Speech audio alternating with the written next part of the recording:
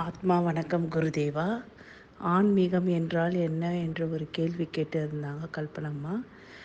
அதுக்கு என்னுடைய பதில் என்னன்னா, கல்பனம்மா சொன்ன மாதிரி ஃபுல்லாக நான் பக்தி நிலையிலே தான் இருந்தேன் குருதேவா.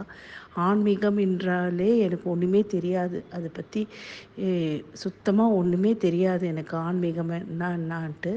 ஆனால் நான் முதல்ல உங்கள் குழுவில் சேர்ந்ததும், தீட்சை அடைஞ்சதும், எனக்குள்ளே அந்த சக்தி ஏறின உடனே எனக்கு நிறைய மாற்றங்கள் தெரிஞ்சது குருதேவா.